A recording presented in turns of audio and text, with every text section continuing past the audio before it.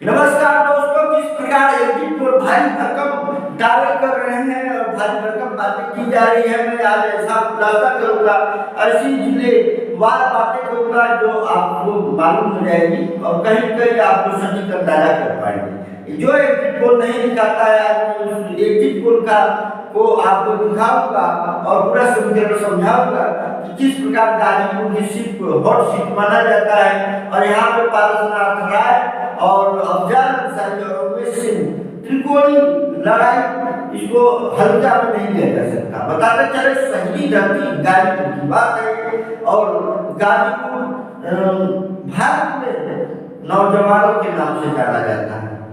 वीरों की धरती, जवानों का देश गाजीपुर उत्तर प्रदेश। जी हाँ, यहाँ पे शहीदी धरती और धामपुर के रहने वाले वीर अब्दुल हमीद ने कितने मशक्कत और कितने जज्बा से देश की सेवा की, किसी से छुपा नहीं है। बता दें कि यहाँ गाजीपुर जिले में ज्यादा से ज्यादा नौजवान देश की सुरक्षा के लिए और देश की रक्षा के लिए अपने बलिदान करते हैं। लगभग 2 महीने भी नहीं बीतता है कि एक जवान का पार्थिव शरीर जिले में आ जाता है।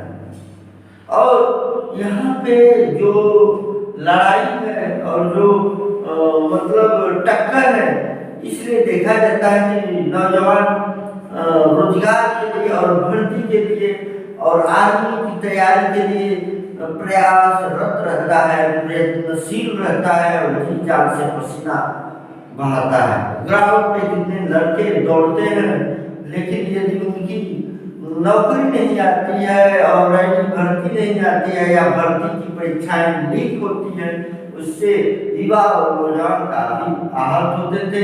हमने चुनावी चर्चा के दौरान कई लोगों से बात की, लोगों से जानना चाहा, बहुत सारे टटोलना चाहा, तो यही पता चला कि कहीं न कहीं नौजवानों के साथ जो दर्जा का जो अग्निवीर की स्कीम है उसके विरोध में रहे और काफी दुष्ट रहे।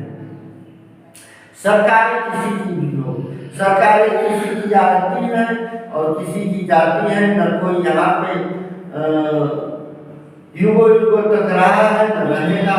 लेकिन कहीं न कहीं हमारे देश के जवान किस प्रकार देश के लिए रक्षा करते हैं और किस प्रकार अपने जीवन का सर्वत्र बलिदान करते हैं, ये किसी से छिपा नहीं है।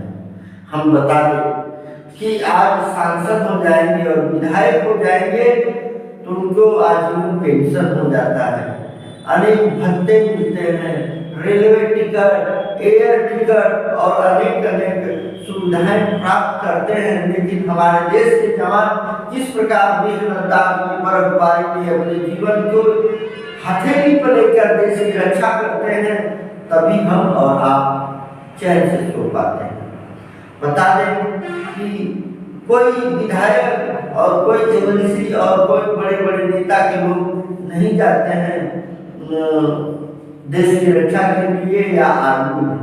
इसी जवान, इसी किसान के बेटे जाते हैं, जो किसान धरती का सीना चीर कर सभी के लिए अन्न उपजाता है और सभी के लिए रोटी का इंतजाम करता है।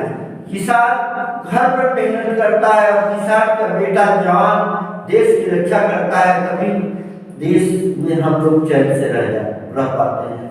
इसलिए कहीं कहीं हमें जवानों के बारे में सोचना चाहिए। जवानों का जो पेंशन समाप्त हुआ है वो सरकार को बहाल करनी चाहिए और कहीं न कहीं जवानों की जो भत्ता है और जो अग्निवीर की स्कीम है, इसमें भी कोई भी सरकार हो जरूर से संज्ञान दे। इसी से की वजह से काफी पार्टियों की किरकिरी भी पड़ी है। बता दें, जिस देश में हम लोग रहते हैं वहाँ की आर्मी सशक्त है, वहाँ की आर्मी में है पूरी जज्बा के साथ देश की रक्षा करती है।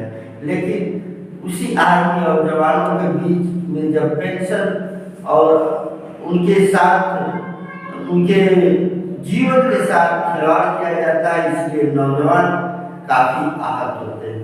तो बता दें, अभी अभी जो पारसनाथ राय, उमेश सिंह अफजाल अंसारी, ये लोग अभी अभी इस चुनाव में लड़े हैं। तो एक बहुत बड़ा एक संकल्प हुआ है, जिसमें ये कहना कठिन है कि कौन जीत रहा है और कौन हारेगा और किसके सर पे सरताज होगा और किसके पास से सरताज छिप जाएगा। बता दें, देश के जवानों के बारे में सभी को सोचना होगा। और कहीं कहीं यहाँ पे गाजीपुर सीट से अखिलेश यादव एनडीए गठबंधन का अनुमान लगाया जा रहा है कि आगे चल रहे हैं। विशेषता यह पूरा पुष्टि नहीं किया जा सकता कि सरकार और किसकी बनेगी और यहाँ से सांसद कौन होगा। और हम विश्लेषण अनेक विशेषज्ञों के साथ करेंगे। आप हमारे साथ बने रहें। मैं राकेश कुशवाहा, आप सभी मित्र जो हमसे देश विदेश से जुड़े हैं, सादर नमस्कार, बहुत बहुत धन्यवाद।